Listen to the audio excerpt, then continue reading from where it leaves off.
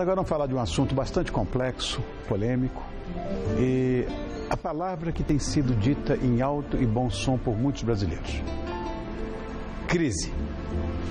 Há quem diga, inclusive, que o Brasil nunca viveu crise pior. Há quem afirme categoricamente que o impeachment é a única solução e por aí vai. Bom, o clima é de insegurança e, consequentemente, impulso, ira e alvoroço. Para dar o seu ponto de vista sobre isso, eu recebo aqui o meu próximo convidado.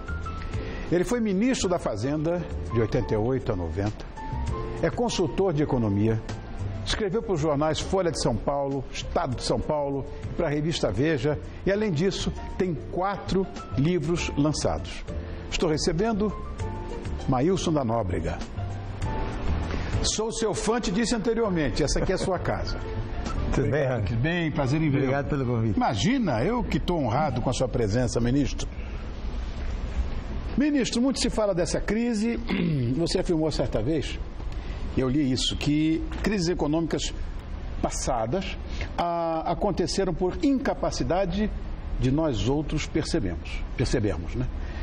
Atualmente a gente assiste ao primeiro cenário em que a gente pode antecipar as disparidades que acontecem. Crise econômica, crise política, crise para lá, crise para cá, enfim, só se fala nisso na rua. Qual a sua visão da situação exata do que acontece com o nosso país hoje? Olha, Rony, eu acho que é uma situação muito grave. Anos de má gestão econômica contrataram um longo período de estagnação da economia brasileira. Dificilmente nós vamos ver uma recuperação digna deste nome, crescer 3%, 4%, antes de 4 a 5 anos. Né? É uma crise política que todo mundo sabe, derivada em grande parte de uma deficiência de liderança, da incapacidade da presidente de se articular politicamente, de liderar um processo de reformas e assim por diante. Ao mesmo tempo em que enfrentamos uma recessão este ano, talvez uma recessão mais moderada no próximo ano, eu acho que criou-se um ambiente de excessivo pessimismo. Eu vi você dizer que alguém está falando, essa é a maior crise que a gente já viu. Não é. Se você olhar, na minha avaliação pelo menos, qual foi a maior crise política que o Brasil enfrentou? Eu não tenho dúvida nenhuma, foi a crise do governo João Goulart.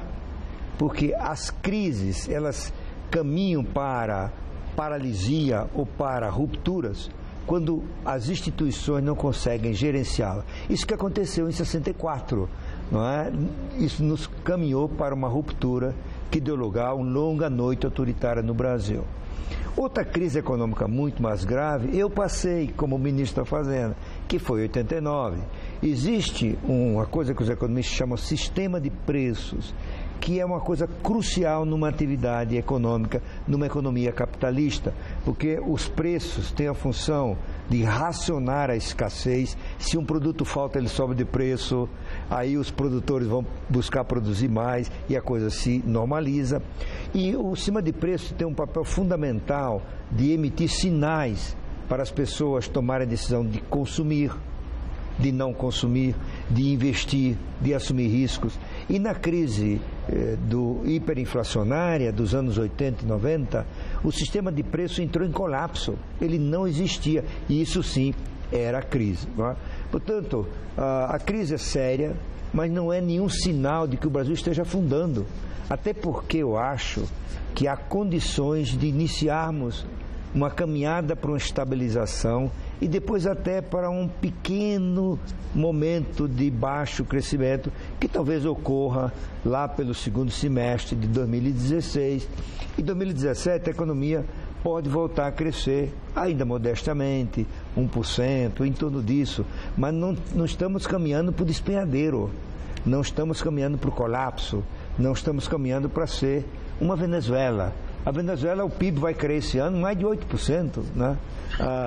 Então, é uma coisa, uma tragédia, né? E pode resultar numa ruptura democrática na Venezuela. O Brasil não tem risco de voltar a ser uma ditadura, o Brasil não tem risco de voltar a ter uma economia hiperinflacionada.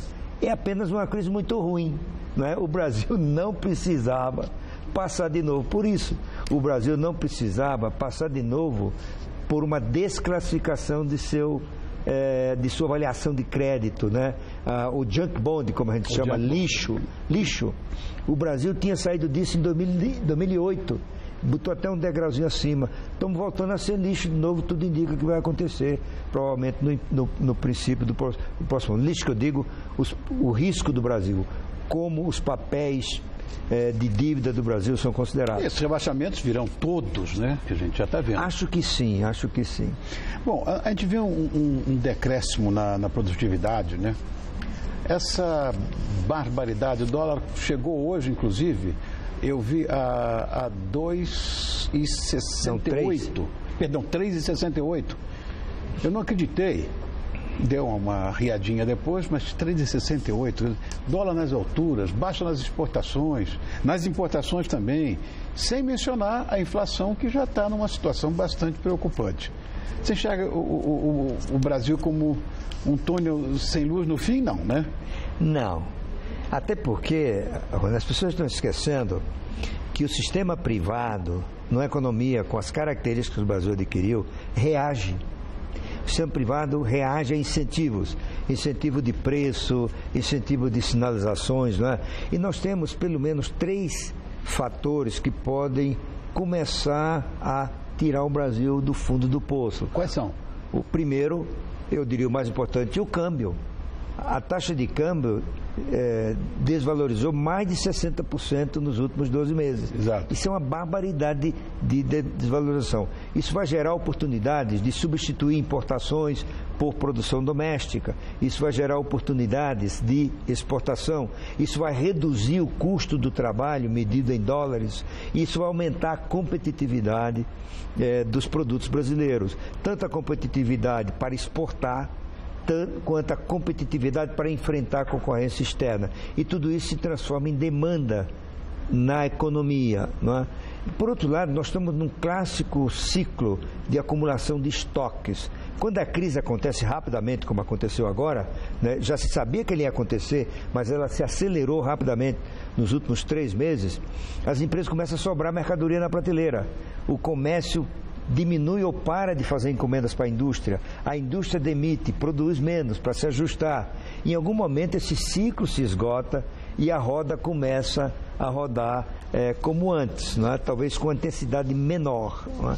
Então, você tem um conjunto de condições que eu acrescentaria: a queda da inflação. Tudo indica que vamos ter uma queda forte da inflação em 2016. Vai chegar 9,5%, perto de 10% este ano, e começa a desacelerar rapidamente para 5,5%. Né? É a maior queda em pontos percentuais desde o Plano Real. Isso significa que haverá uma corrosão menor dos salários. A taxa Selic do Banco Central pode cair dos 14,25% de hoje para 12% no próximo ano. O custo do crédito cai, os bancos podem aumentar o seu apetite para fazer empréstimos, né? Não é nada brilhante, né? Eu diria que nós saímos da recessão para a estagnação. Saímos do quase desastre para a mediocridade, né? Não é nada brilhante, mas não é afundar. Tá.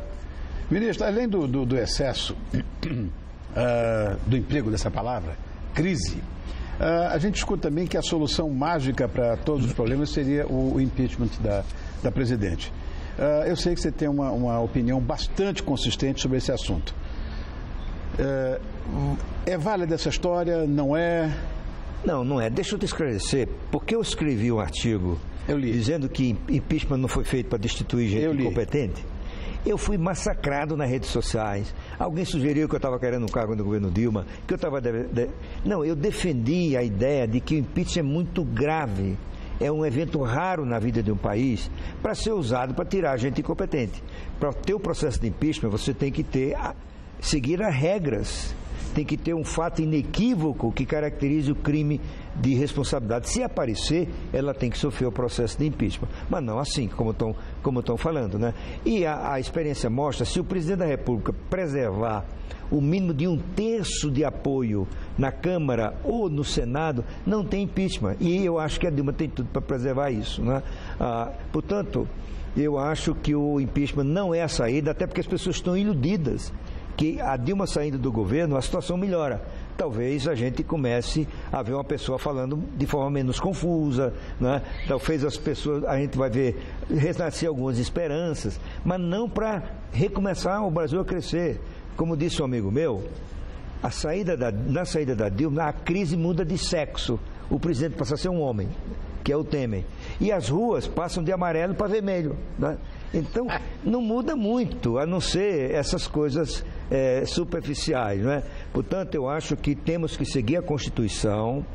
Se ela for apanhada em casos de corrupção com ela, que caracterize crime de responsabilidade, aí sim, mas antes disso, eu acho que é brincar com as instituições. E o Brasil está construindo duramente instituições, não precisa dar esse tipo de passo. Mudando de pau para cavaco, além do feijão com arroz, esse é um título da sua biografia, né? Me fala um pouquinho dessa obra. Olha, Ron, essa é a história da minha trajetória, né? Eu decidi escrever depois que eu comecei a ver na imprensa, em livros, histórias contadas diferentes das que eu vivi. Inclusive sobre uma dramática reunião em que tivemos 12 ministros com o presidente Sarney, em dezembro de 89, em que eu havia sugerido a renúncia dele.